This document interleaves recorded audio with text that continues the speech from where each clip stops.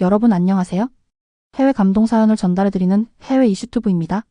남한과 북한을 잇는 도로를 폭파했다는 충격적인 소식이 있었는데요. 표면적으로는 긴장과 위기의 상황처럼 보이지만 이 사건 뒤에 숨겨진 진실은 무엇일까요? 우리가 상상하는 것과는 완전히 다른 놀라운 반전의 내용이 있었는데요. 이 영상에서는 한적한 남북 경계의 한복판에서 만난 용감한 현지 기자와 미스터리한 내부 고발자의 증언을 통해 북한이 이극적인 행동을 선택한 진짜 이유와 그 의도를 낱낱이 파헤쳐봅니다. 과연 이 사건은 단순한 적대행위였을까요? 아니면 모두를 놀라게 할 비밀스런 전략이 숨어 있었을까요? 지금부터 시작되는 이 놀라운 사연을 시작하겠습니다.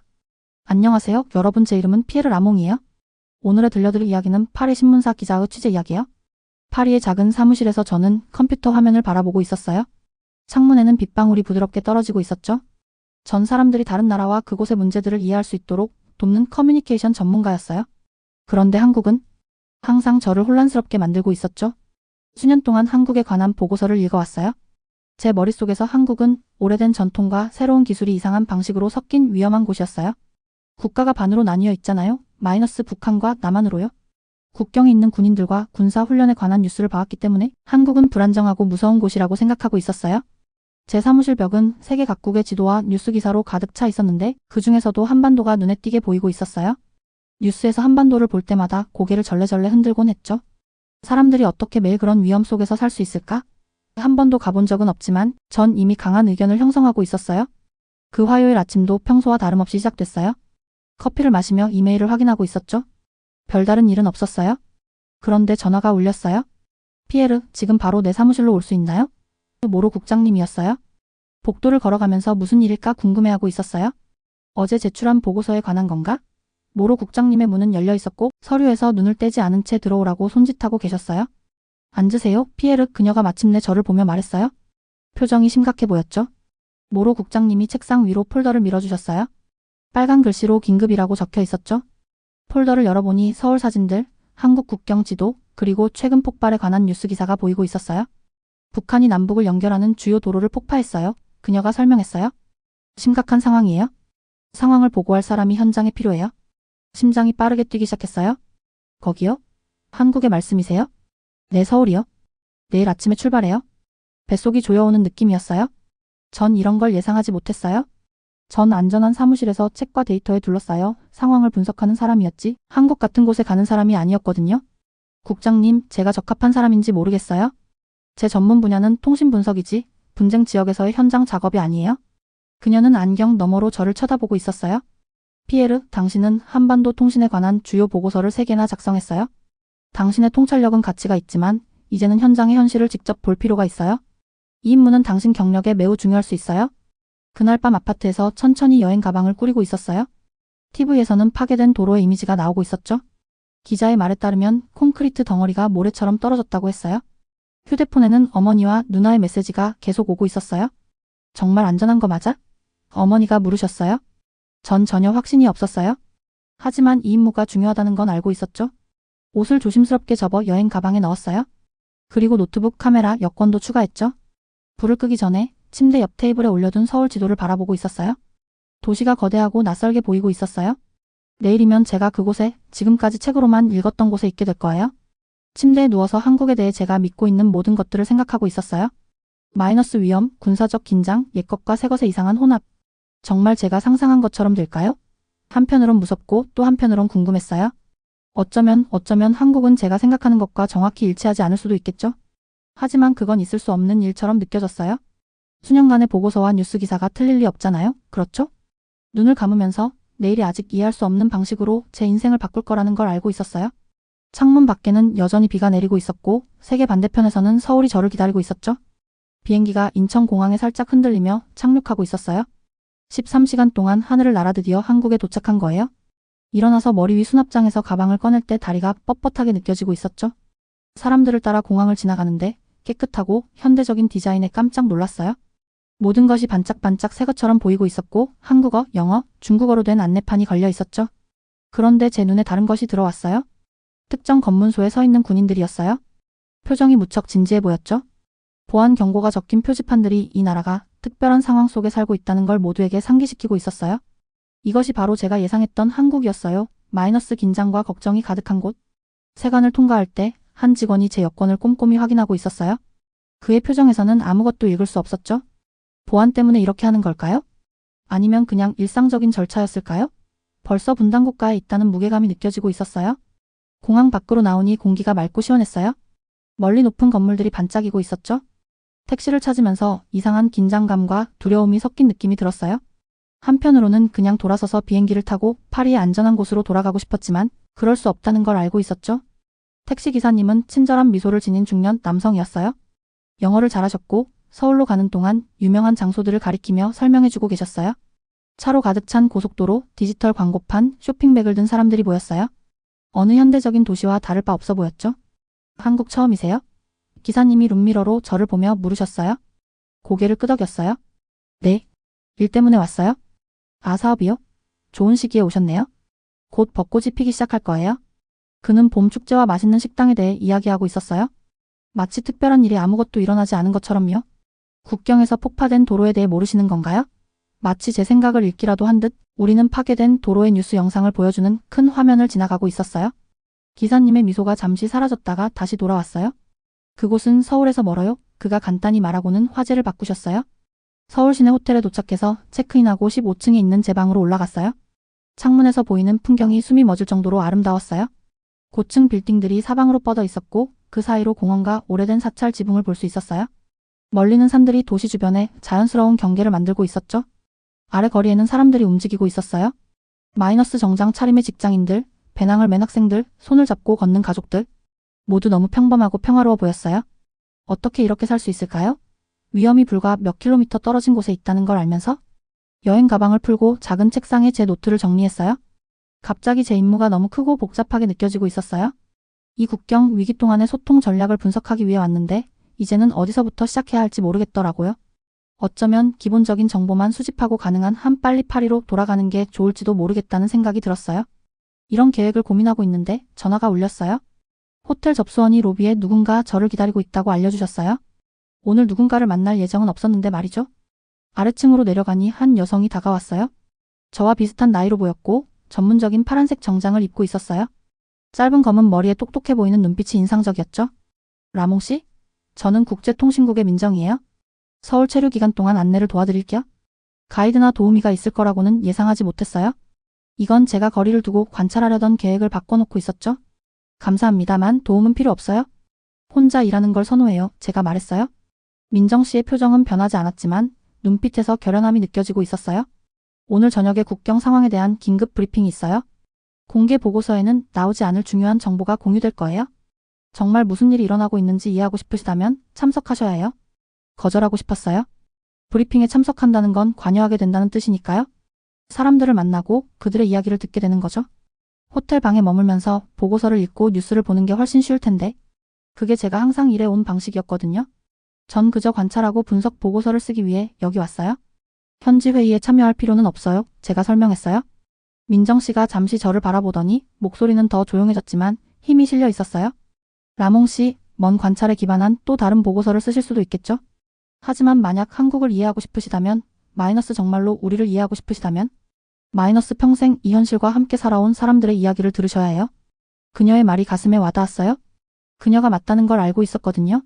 수년간 파리의 책상에서 한국을 분석해왔지만 이제 저는 여기 있고 민정 씨는 제 가정을 넘어서 볼 수 있는 기회를 제공하고 있었어요. 그녀의 안정된 시선을 바라보며 결정을 내렸어요. 이제 제 편안한 영역에서 벗어날 때가 된 것 같았어요. 정말로 귀 기울여 들을 때가 온 것 같았죠. 브리핑은 몇 시에 있나요? 제가 물었어요. 민정 씨의 얼굴에 작은 미소가 번졌어요. 6시에 모시러 올게요. 그녀가 걸어가는 것을 보면서 한국에서의 제 여정이 진정으로 시작되었다는 걸 깨달았어요. 그리고 그건 제가 예상했던 것과는 이미 많이 달랐죠. 피에르가 한국에 대한 자신의 선입견을 깨닫기 시작하는 순간들이에요. 정확히 6시 민정 씨가 호텔에 도착했어요. 해가 지기 시작할 무렵 그녀가 서울의 복잡한 거리를 운전해 가고 있었죠. 높은 유리 건물들이 주황색과 분홍색 빛을 반사하고 있었어요. 길거리 음식 노점상들이 맛있는 냄새로 공기를 가득 채우고 있었고 사람들은 일을 마치고 집으로 서둘러 가고 있었어요. 얼굴은 피곤해 보였지만 평화로워 보였죠. 창문을 통해 이 모든 것을 지켜보고 있었어요. 이곳은 위협받는 도시처럼 보이지 않았어요. 그 두려움은 어디에 있는 걸까요? 제가 예상했던 그 공포는 어디에 있는 걸까요? 민정 씨가 큰 정부 건물 앞에 차를 세웠어요. 입구에서 경비원들이 우리의 신분증을 확인하고 있었죠. 엘리베이터를 타고 5층으로 올라간 다음 긴 복도를 걸어갔어요. 걸음을 옮길 때마다 심장이 빠르게 뛰고 있었어요. 브리핑룸은 제가 상상했던 것보다 작았어요. 약 20명 정도가 유자 모양의 테이블 주변에 앉아 있었죠. 한쪽 벽에는 지도와 위성사진이 붙어 있었고 큰 화면에는 도로가 파괴된 국경 지역이 보이고 있었어요. 민정 씨가 저를 방 뒤쪽의 빈 의자로 안내하는 동안 어색한 느낌이 들었어요. 군 장교 한 명이 앞에 서 있었어요. 그는 북한의 포병 위치를 보여주는 지도 위에 빨간 점들을 가리키고 있었죠. 그의 목소리는 침착하지만 진지했어요. 모두가 귀에 깊게 듣고 메모를 하고 있었어요. 아무도 공포에 질리거나 두려워하는 것처럼 보이지 않았어요. 장교가 클릭하자 파괴된 도로를 보여주는 새로운 슬라이드가 나왔어요. 콘크리트 덩어리들이 깨진 장난감처럼 흩어져 있었죠. 이런 파괴는 두려움을 불러일으켜야 하는데 이 방 안의 사람들은 여전히 전문적이고 집중하는 모습이었어요. 그때 저를 놀라게 하는 이야기를 들었어요. 장교는 북한이 도로를 폭파하기 전에 통보를 했다고 설명하고 있었어요. 이것은 기습 공격이 아니었던 거예요. 국제뉴스에서는 이 중요한 세부 사항을 보도하지 않았죠? 생각 없이 손을 들었어요. 만약 그들이 경고를 했다면 왜 그랬을까요? 방이 조용해졌어요. 모두가 고개를 돌려 낯선 사람인 저를 쳐다보고 있었죠. 얼굴이 달아오르는 것이 느껴졌어요. 장교가 잠시 저를 살펴본 다음 고개를 끄덕였어요. 그것은 일종의 공연입니다. 그가 설명했어요. 우리나 세계를 위한 것이 아니라 그들 자신의 국민들을 위한 거죠. 자국 내에서 힘을 과시하기 위한 겁니다. 이건 제가 믿어왔던 모든 것과 달랐어요. 북한의 행동이 직접적인 위협이라고 항상 생각했는데 내부 메시지였던 거예요. 다른 것들도 오해하고 있었던 걸까요? 브리핑이 끝난 후 사람들은 작은 그룹으로 모여 이야기를 나누고 있었어요. 민정 씨가 회색 머리에 나이 지긋한 남성을 데려올 때까지 혼자 서 있었죠. 김 박사님이세요? 그녀가 말했어요. 30년 동안 외교관으로 일하셨어요? 우리와 함께 저녁 식사하시기로 했습니다. 근처 식당에서 우리는 낮은 테이블에 앉았어요. 웨이트리스가 김치, 절인 채소, 그리고 제가 알아보지 못하는 것들로 가득한 작은 접시들을 가져오고 있었죠. 김 박사님이 작은 잔에 맑은 액체를 따르고 계셨어요. 막걸리예요. 그가 미소 지으며 설명했어요. 전통주죠.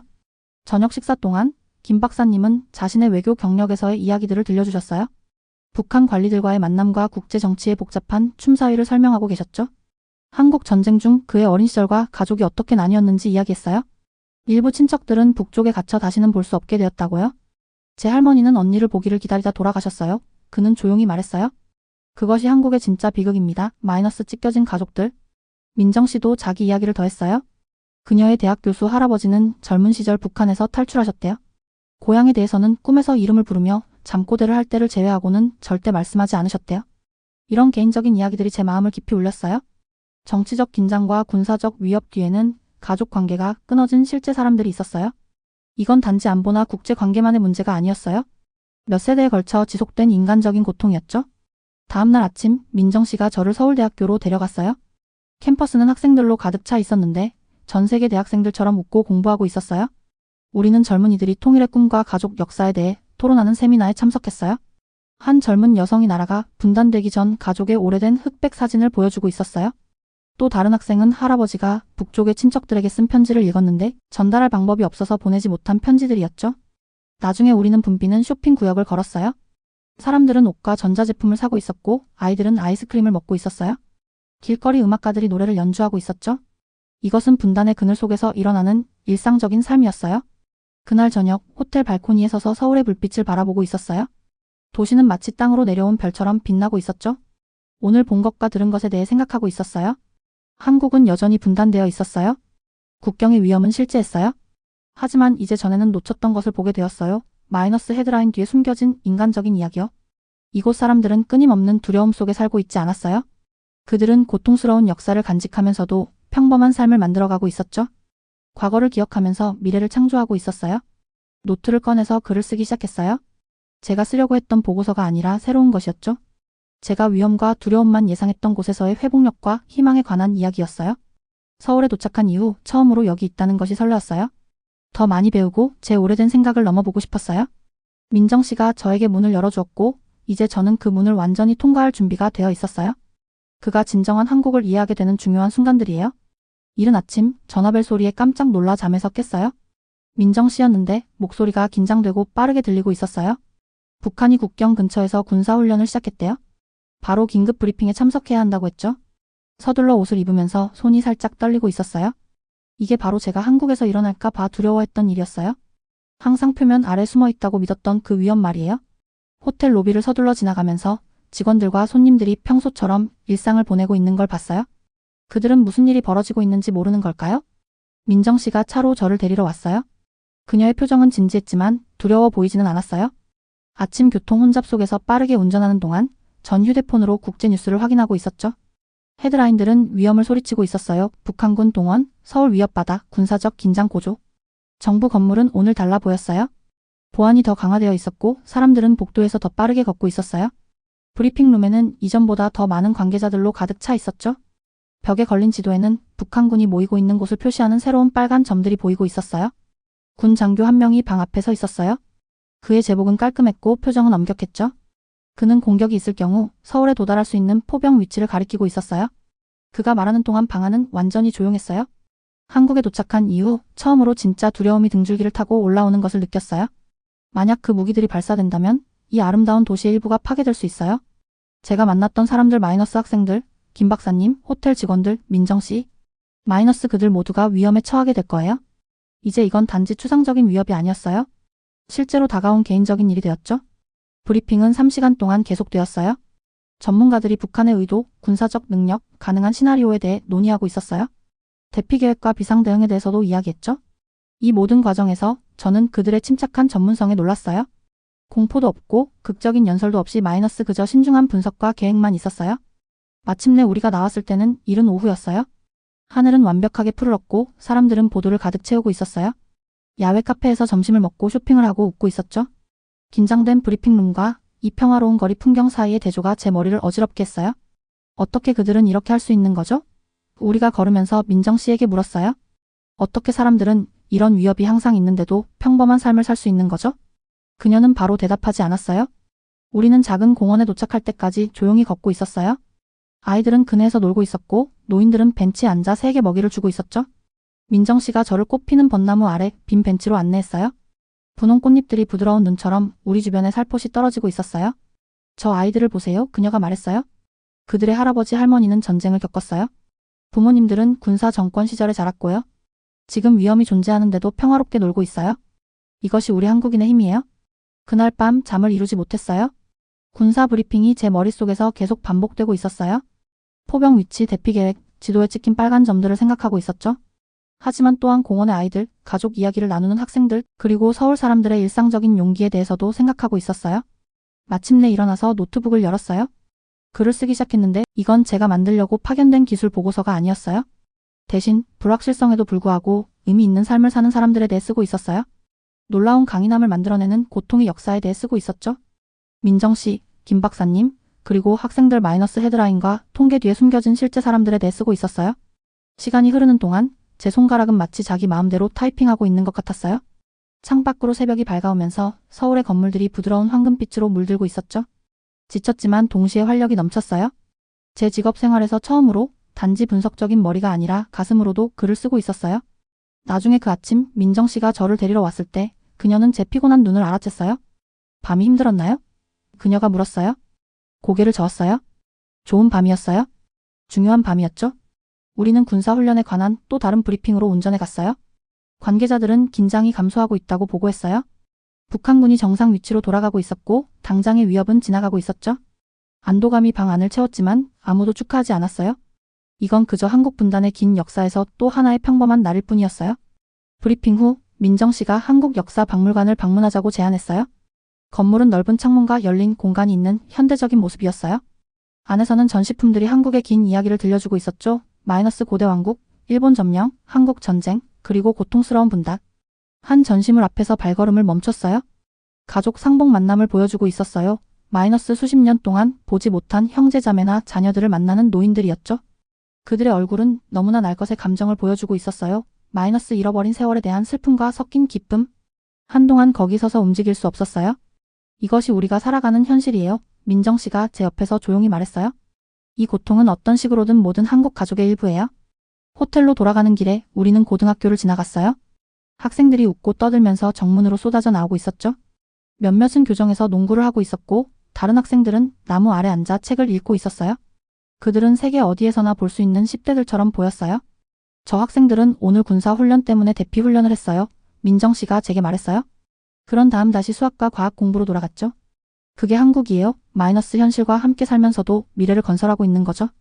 호텔 방으로 돌아와서 저는 계속 보고서 작업을 했어요. 이제 한국에 오기 전에 놓쳤던 것을 이해하게 되었어요. 저는 위험과 분단만 보았던 거예요. 회복력이라는 놀라운 인간 이야기를 놓쳤던 거죠. 역사의 고통 그림자 속에서 평범한 삶을 만들어가는 데 필요한 일상적인 용기를 놓쳤던 거예요.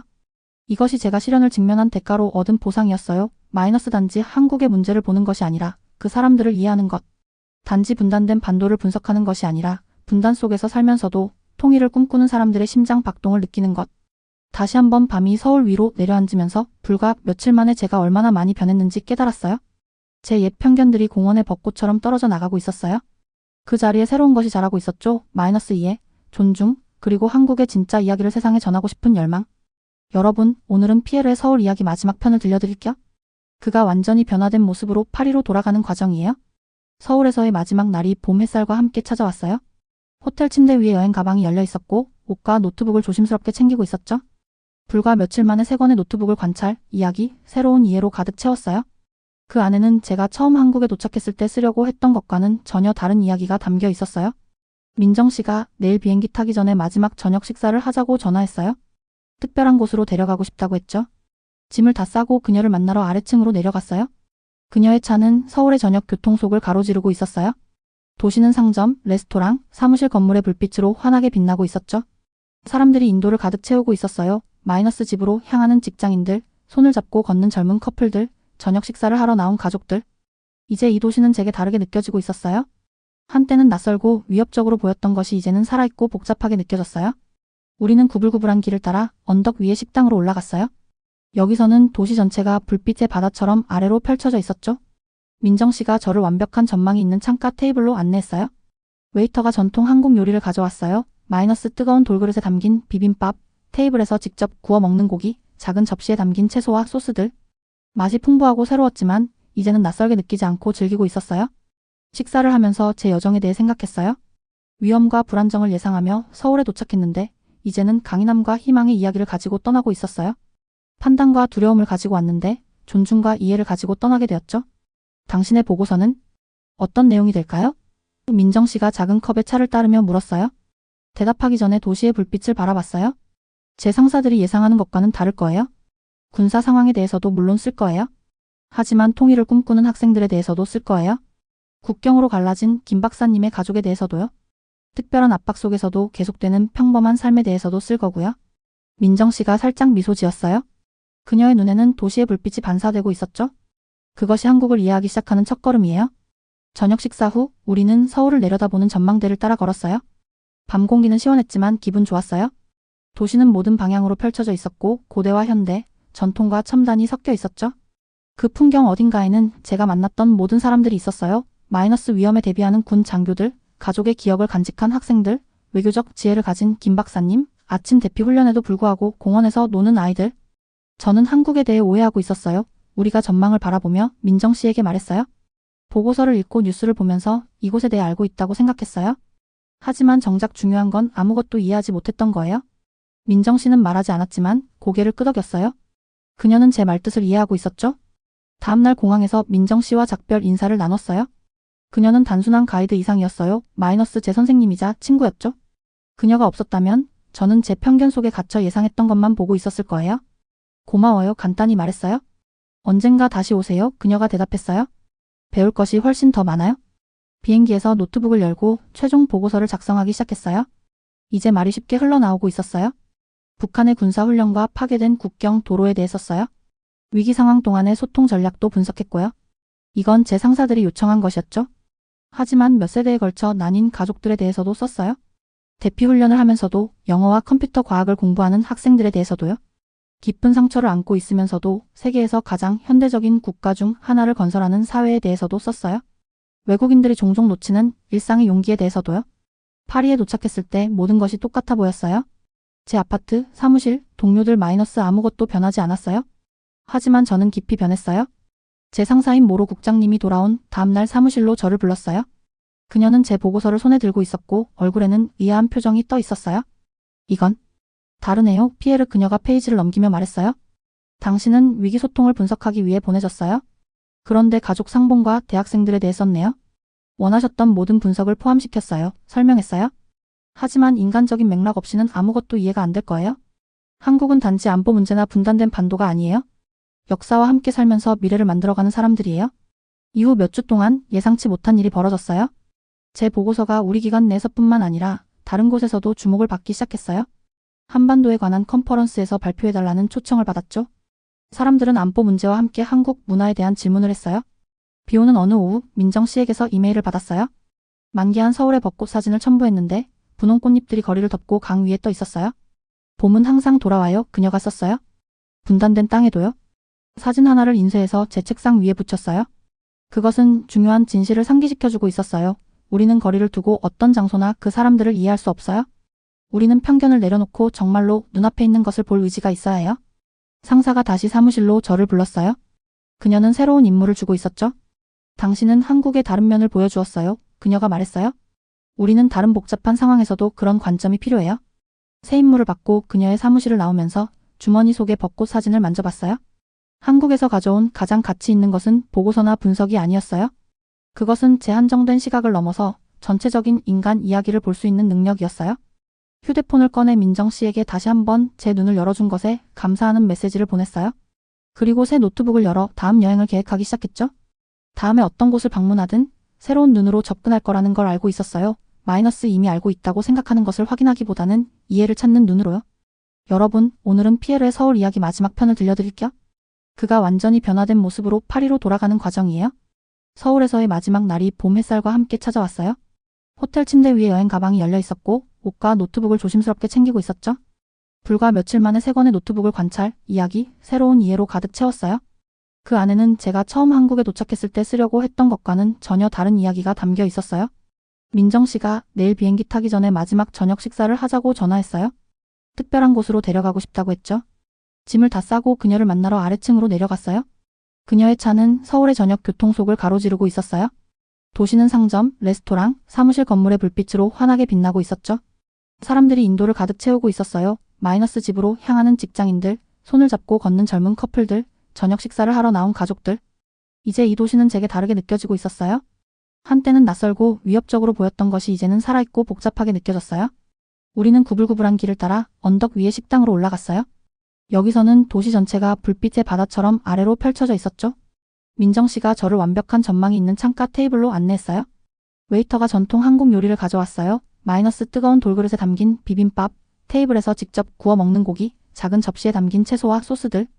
맛이 풍부하고 새로웠지만 이제는 낯설게 느끼지 않고 즐기고 있었어요. 식사를 하면서 제 여정에 대해 생각했어요.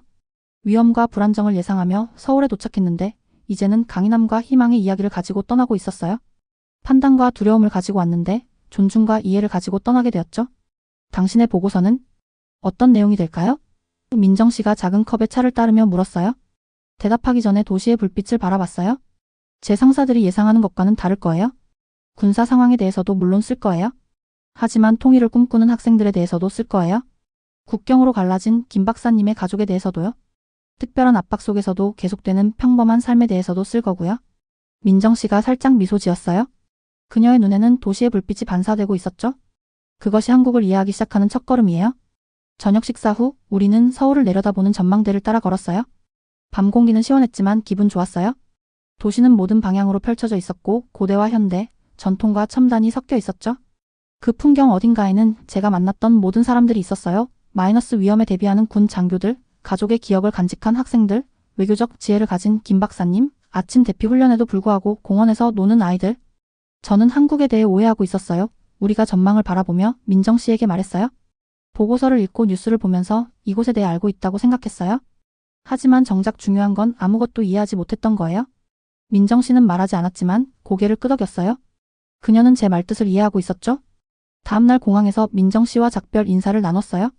그녀는 단순한 가이드 이상이었어요. 마이너스 제 선생님이자 친구였죠. 그녀가 없었다면 저는 제 편견 속에 갇혀 예상했던 것만 보고 있었을 거예요. 고마워요. 간단히 말했어요. 언젠가 다시 오세요. 그녀가 대답했어요. 배울 것이 훨씬 더 많아요. 비행기에서 노트북을 열고 최종 보고서를 작성하기 시작했어요. 이제 말이 쉽게 흘러나오고 있었어요. 북한의 군사훈련과 파괴된 국경 도로에 대해 썼어요.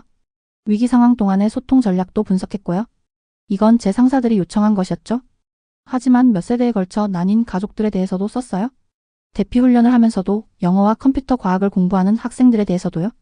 깊은 상처를 안고 있으면서도 세계에서 가장 현대적인 국가 중 하나를 건설하는 사회에 대해서도 썼어요.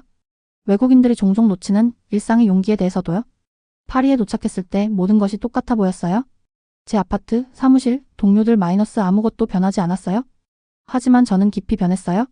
제 상사인 모로 국장님이 돌아온 다음날 사무실로 저를 불렀어요. 그녀는 제 보고서를 손에 들고 있었고 얼굴에는 의아한 표정이 떠 있었어요.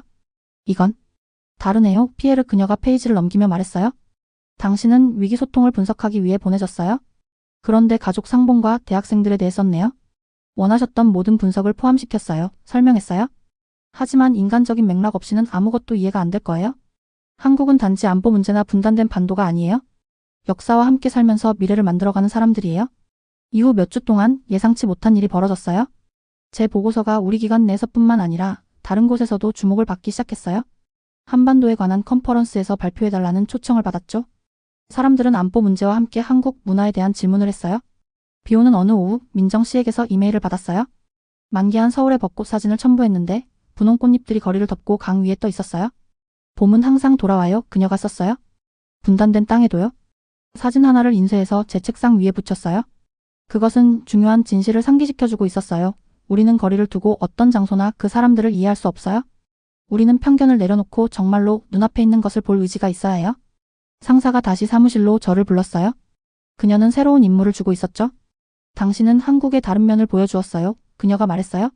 우리는 다른 복잡한 상황에서도 그런 관점이 필요해요. 새 임무를 받고 그녀의 사무실을 나오면서 주머니 속의 벚꽃 사진을 만져봤어요. 한국에서 가져온 가장 가치 있는 것은 보고서나 분석이 아니었어요. 그것은 제 한정된 시각을 넘어서 전체적인 인간 이야기를 볼 수 있는 능력이었어요. 휴대폰을 꺼내 민정 씨에게 다시 한번 제 눈을 열어준 것에 감사하는 메시지를 보냈어요. 그리고 새 노트북을 열어 다음 여행을 계획하기 시작했죠. 다음에 어떤 곳을 방문하든 새로운 눈으로 접근할 거라는 걸 알고 있었어요. 마이너스 이미 알고 있다고 생각하는 것을 확인하기보다는 이해를 찾는 눈으로요.